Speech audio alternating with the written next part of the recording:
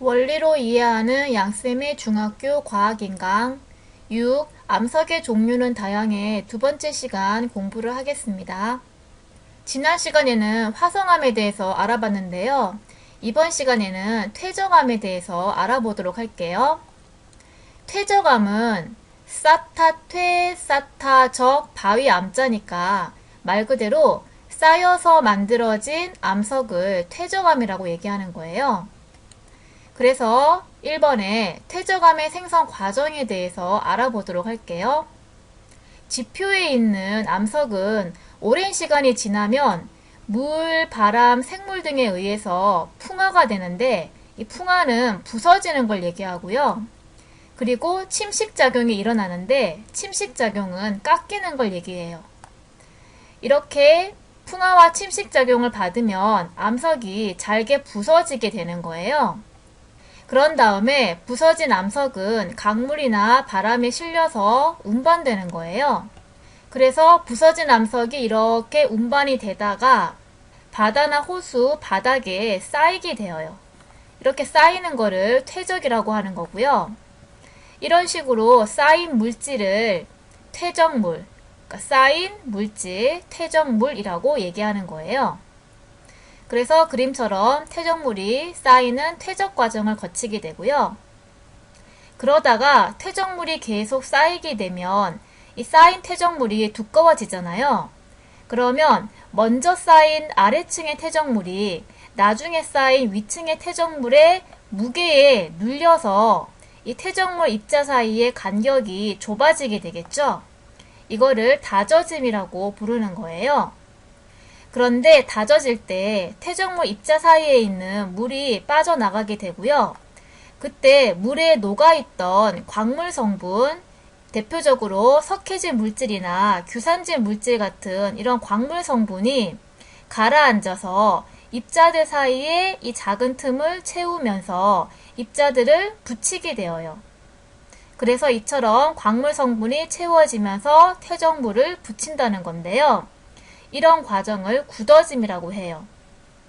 이렇게 단단하게 굳어지게 되면 마지막으로 퇴적암이 생성이 되는 거예요.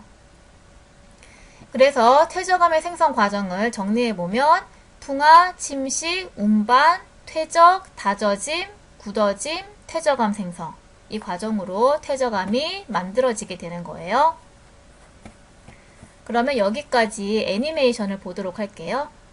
강 하류에서는 자갈, 모래, 진흙 등이 쌓이게 됩니다. 퇴적물은 위쪽에 쌓인 퇴적물에 의해 압력을 받게 됩니다. 시간이 지나면서 압력은 더욱 커지게 되고 퇴적물은 압축되기 시작합니다.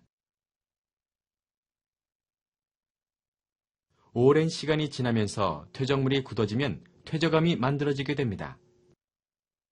이번에는 퇴적암의 생성 과정 영상을 볼 건데요. 아까 굳어짐을 설명할 때 석회질 물질이 채워진다고 했는데요. 석회질 물질은 탄산칼슘 CaCO3를 얘기하는 거예요. 영상을 보도록 할게요. 이 퇴적층은 우리가 수조에서 본 치밀하지 않은 모래층과 비슷하지만은 단단한 암석으로 되어 있습니다. 왜 이렇게 단단하게 됐을까요? 위쪽에 쌓여있는 수톤의 퇴적암이 주는 압력과 무슨 관계가 있지 않을까요? 이것은 자연산 모래 퇴적물입니다. 이것을 수압 프레스에 넣고 15톤의 압력을 가했을 때 어떤 일이 발생하는지 보겠습니다.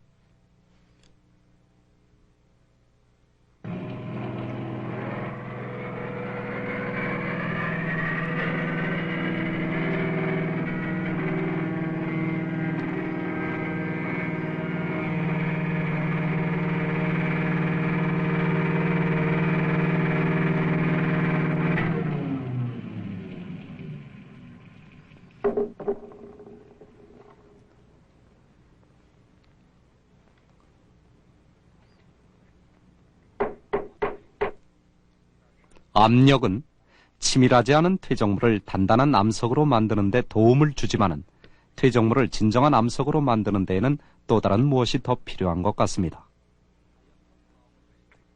자연산 사암을 실험실로 갖고 가서 조사해 보기로 하겠습니다. 다이아몬드 톱을 이용해서 암석을 얇게 잘라냅니다.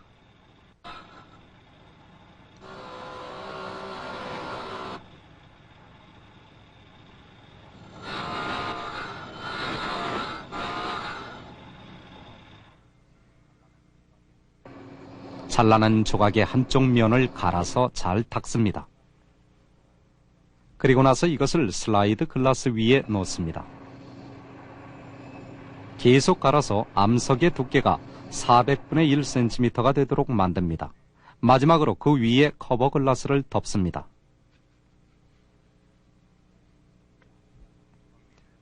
이제 이 얇은 조각을 현미경을 통해 관찰해 보겠습니다. 편광을 이용하여 이 암석을 구성하고 있는 다양한 결정들을 볼 수 있습니다. 몇 가지 종류의 모래 결정체가 보이는군요. 그런데 모래 결정체를 서로 결합시켜주고 있는 것처럼 보이는 이 물질은 무엇이며 어떻게 생겨난 것일까요? 네바다 목장의 이 배수관 속으로는 목장 근처에 있는 우물이 흐르고 있습니다. 파이프에는 수년에 걸쳐 지하수로 인해 생긴 흰 껍질이 있습니다. 이 껍질에 산을 약간 떨어뜨리면 즉시 거품 반응이 일어납니다. 이 거품 반응은 탄산칼슘이 존재한다는 것을 나타내줍니다.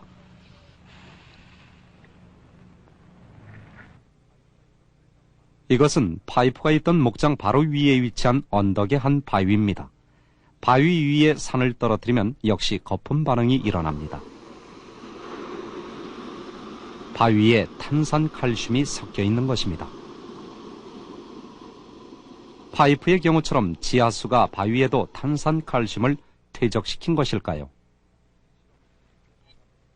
실험을 통해 그 해답을 찾을 수 있습니다. 모래 위에 탄산칼슘 성분의 화학 용액을 떨어뜨려 보겠습니다.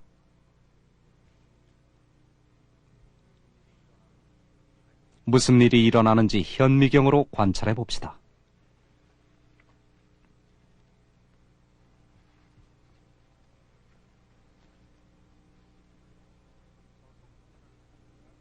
저속 카메라를 사용해서 1시간을 수초 내로 줄일 수 있습니다.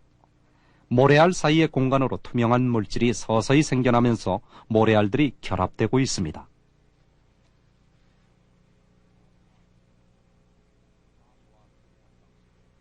이와 비슷한 방식으로 사암 속의 모래알이 서로 단단하게 결합된 것입니다. 탄산칼슘이 지하수에 녹아있다가 수세기에 걸쳐서 치밀하지 않은 침전물 사이에 스며들어 이것들을 단단하게 결합시켰습니다. 이렇게 해서 퇴적암의 생성 과정에 대해서 알아봤고요. 이처럼 퇴적암이라고 하는 것은 퇴적물이 바다나 호수 밑에 쌓인 후에 굳어져서 생긴 암석을 퇴적암이라고 한다는 거예요. 학습지 2번 퇴적암을 분류해 보도록 할게요.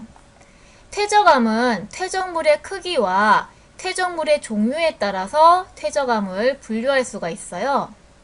우선은 퇴적물의 크기에 따라서 퇴적암을 분류해 보도록 할게요. 암석이 부서져서 만든 퇴적물은 크기에 따라서 자갈, 모래, 진흙으로 구분이 되어요. 이때 퇴적물의 지름이 2mm 이상인 것을 자갈이라고 하고요. 퇴적물의 지름이 16분의 1에서 2mm인 것을 모래라고 하고요. 퇴적물의 지름이 16분의 1mm 이하인 것을 진흙이라고 하는 거예요. 그래서 퇴적물의 크기는 자갈이 크고 모래, 진흙으로 갈수록 퇴적물의 크기가 작아지는 거죠. 이때 자갈이 포함되어서 만들어진 퇴적암을 여감이라고 하는 거예요. 이게 자갈 역자거든요. 그래서 여감에는 자갈과 모래, 진흙이 포함되어 있는 퇴적암이고요.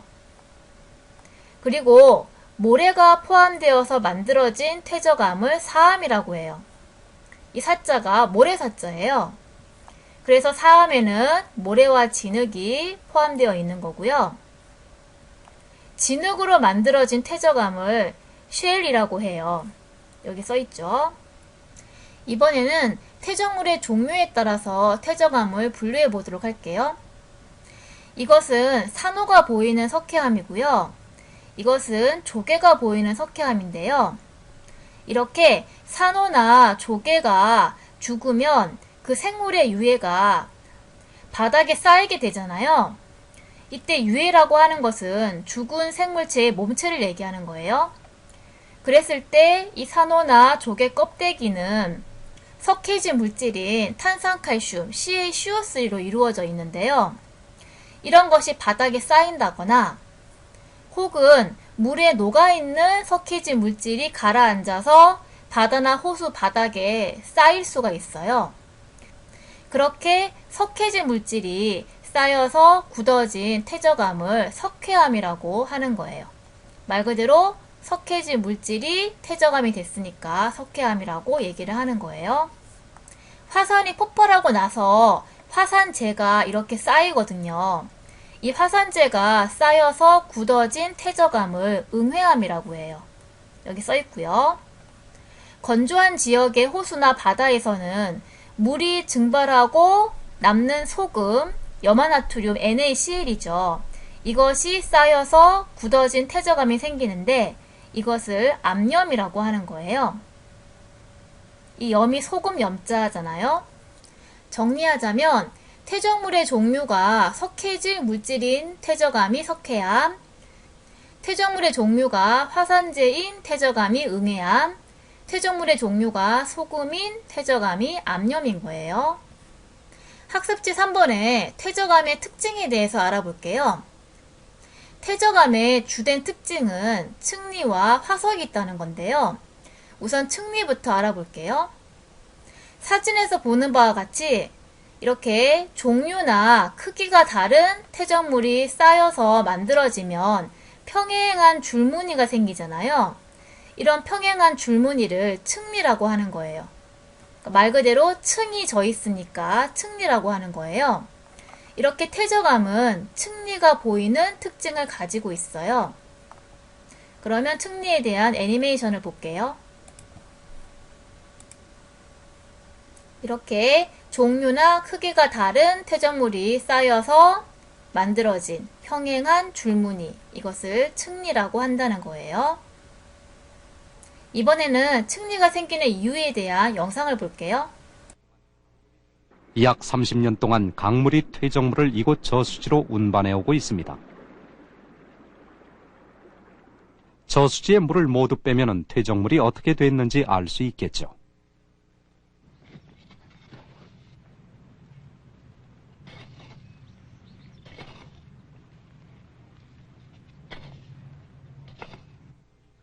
모래와 자갈들이 거의 수평으로 층을 이루며 쌓여 있습니다. 왜 그럴까요? 퇴적물은 이 강물에 의해 저수지로 흘러들어왔습니다.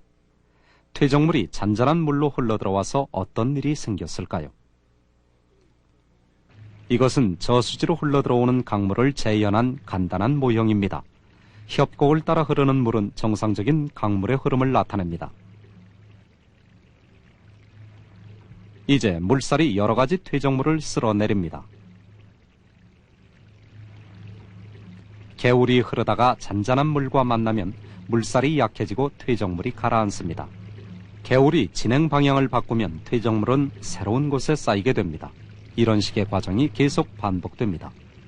개울은 서로 다른 시간에 서로 다른 종류의 퇴적물을 운반함으로써 순서대로 퇴적물이 쌓이게 되는 것입니다.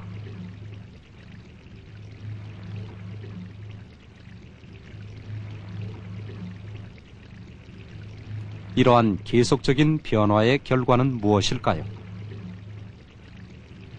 앞서 본 저수지에서처럼 여기서도 퇴적물이 층을 이루며 쌓입니다. 잔잔한 바다로 운반되진 퇴적물의 경우도 이와 비슷합니다. 두 번째 퇴적암의 특징은 퇴적암에서 화석을 볼 수 있다는 건데요. 화석은 뭐냐면 과거에 살았던 생물의 유해, 그러니까 죽은 생물의 몸체나 생물의 흔적이 남아있는 것을 화석이라고 하는 거예요. 자, 그림을 보시면요. 이게 공룡 화석 발굴 현장인데 퇴적암 지층에 이 공룡 화석이 묻혀있는 걸 볼 수 있죠. 이렇게 공룡이 죽은 후에 그 몸체가 화석으로 남아있는 걸 볼 수 있고요. 이것은 암모나이트 화석인데요. 암모나이트 화석은 생물의 몸체 중에서 이렇게 단단한 부분이, 공룡도 마찬가지죠. 생물의 몸체 중에서 단단한 부분이 화석으로 남아있는 거예요. 여러 가지 화석의 종류가 있는데요. 여기를 보시면 이거는 호박 속에 있는 곤충의 화석이에요. 호박은 나무에서 나오는 나무 진이 있는데 나무 진이 굳어진 화석을 호박이라고 하는데요. 호박 속에 이렇게 생물의 몸체가 그대로 화석으로 보존되어 있는 걸 볼 수가 있죠. 규화목은 나무가 규산형 광물로 바뀌어 있는 화석을 얘기하는 거예요. 이렇게 생물의 몸체가 다른 물질로 바뀌어서 남아있는 화석도 있는 거예요. 이런 식으로 과거에 살았던 생물의 유해가 남아있는 화석도 있고요. 과거에 살았던 생물의 흔적이 남아있는 화석도 있어요. 이거는 공룡 발자국 화석인데요. 그 생물 몸체가 찍은 그 흔적, 자국이 남아있는 화석인 거죠. 그러면 이런 화석은 어떻게 생성되어지는지 화석의 생성 과정에 대해서 알아보도록 할게요. 지층 속의 화석들이 어떻게 만들어지는지 다시 한번 살펴보면 먼저 죽은 생물체가 강이나 바다에 운반되고 자갈이나 진흙 등의 퇴적물 속에 파묻힌다. 그 위에 다른 퇴적물이 쌓이게 되고 이런 과정이 반복되면서 약한 부분은 썩고 단단한 부분만 남는다. 풍화 침식 작용 후 윗부분의 땅이 깎이면 화석이 모습을 드러내게 되는 것이다. 이번에는 이런 화석의 생성 과정을 바탕으로 해서 화석을 만들어보는 실험을 보도록 할게요. 먼저 실제 호숫가나 바닷가의 갯벌과 같도록 비커에 찰흙을 넣어 퇴적층을 만들어준다. 자, 이번에는 만들어진 퇴적층 위에 공룡 발자국을 깊이 한번 찍어볼까요? 찰흙으로 만든 가상 퇴적층 위에 모형 공룡 발을 눌러 발자국을 남긴다. 이때 조개 껍질이나 식물의 잎 등을 이용하면 다른 화석 만들기 실험도 가능하다. 발자국을 다 찍고 난 다음에 강이나 호수물이 물에 발자국이 잠기도록 물을 부어줍니다. 아, 그러니까 호수물이나 바닷물. 네, 그런 역할을 하는 것이죠. 여기에 새로운 퇴적물이 쌓이게 됩니다. 네. 석고가루를 뿌려서 새로운 퇴적물이 쌓이도록 해줍니다.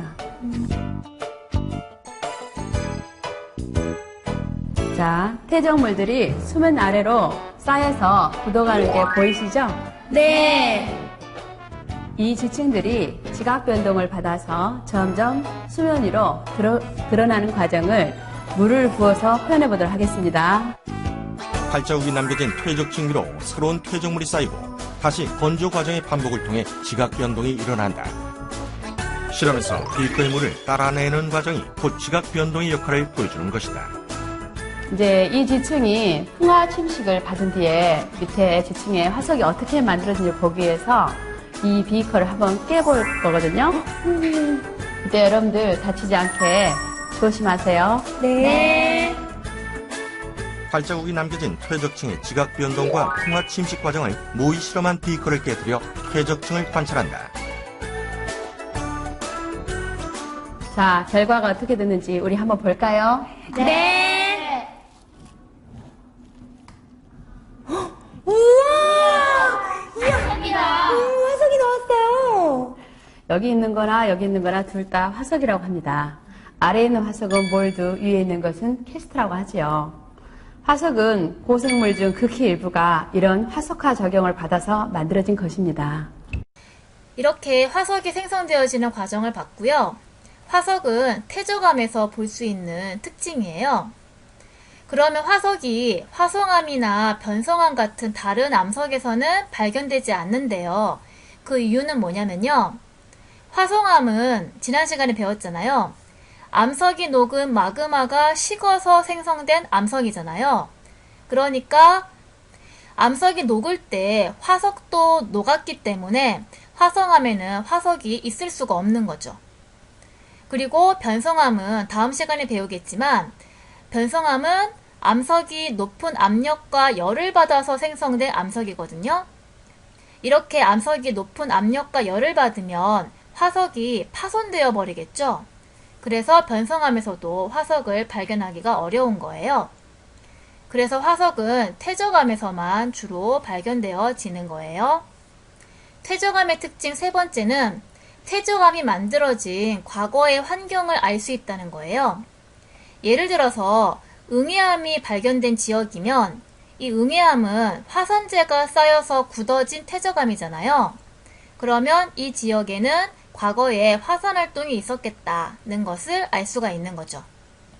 그리고 암염이 만들어진 그런 지역에서는요, 이 암염은 건조한 지역의 호수나 바다에 물이 증발하고 남은 소금이 쌓여서 굳어진 퇴적암이잖아요. 그래서 이 암염이 생긴 지역은 과거에 건조 기후였겠구나는 것을 알 수가 있는 거죠. 이런 식으로 퇴적암을 보면 과거 이 지역이 어떤 환경이었는지를 알 수가 있다는 거고요. 또 다른 예를 들어보면요. 이거는 산호의 화석이에요. 이거는 현재의 산호인데요. 현재 산호는 따뜻하고 얕은 바다에서 살아요. 그래서 과거의 산호도 같은 환경에서 살았을 거라고 추정할 수 있고요. 그래서 이 산호의 화석을 보면 이 산호의 화석이 만들어질 당시에 이 곳의 환경은 따뜻하고 얕은 바다였겠다는 것을 추정할 수가 있는 거예요. 이거는 고사리 화석이고요. 이거는 현재의 고사리인데요. 현재 고사리는 따뜻하고 습한 육지에서 살아요. 그래서 과거 고사리도 비슷한 환경에서 살았을 거라고 생각할 수 있으니까 고사리 화석을 보면 이 고사리 화석이 만들어졌을 때의 과거의 환경이 따뜻하고 습한 육지였겠다라고 하는 것을 알 수가 있는 거죠. 퇴적암의 특징 네 번째는요. 해안에서 멀어질수록 입자가 작은 퇴적암이 생성된다는 거예요. 왜냐하면 퇴적물 입자의 크기가 작을수록 자갈, 모래, 진흙으로 갈수록 가볍잖아요. 그래서 해안에서 멀리까지 운반되어서 쌓이게 되겠죠. 그래서 해안에서 멀어질수록 자갈, 모래, 진흙 순서로 쌓이게 되고요. 그로 인해서 수심이 깊어질수록 자갈이 퇴적암이 된 여암, 모래가 퇴적암이 된 사암, 진흙이 퇴적암이 된 셰일 순서로 만들어지게 된다는 거예요. 그럼 여기에 대한 영상을 볼게요. 자, 이렇게 자갈, 모래, 진흙 순서로 퇴적물 입자가 작아서 가벼울수록 해안에서 더 멀리까지 운반되어서 쌓인다는 얘기죠. 퇴적암의 특징 마지막으로서요. 퇴적암 중에서 석회암이 있었잖아요. 석회암은 구성 광물이 방해석이고요. 그래서 구성 물질은 탄산칼슘 CaCO3예요.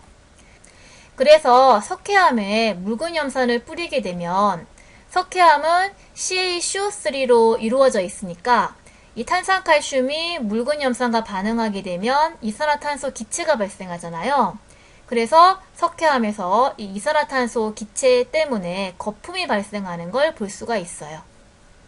이와 관련된 영상을 볼게요.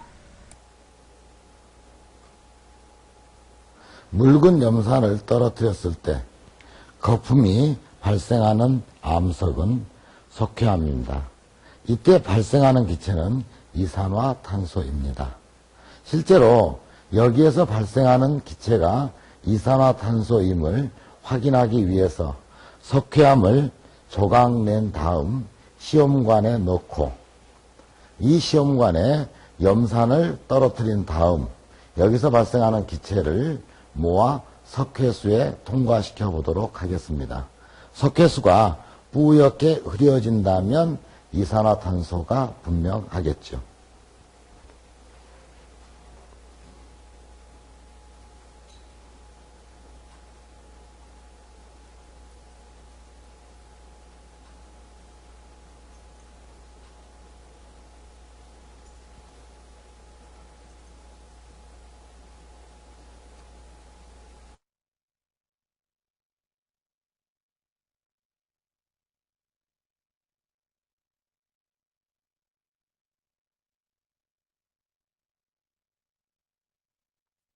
석회수가 뿌옇게 흐려지고 있습니다. 이 석회수가 흐려지는 걸로 보아 석회암이 염산과 반응해서 발생하는 기체는 이산화탄소이라는 것을 확인할 수 있겠습니다. 여기까지 수업을 마치도록 하겠습니다.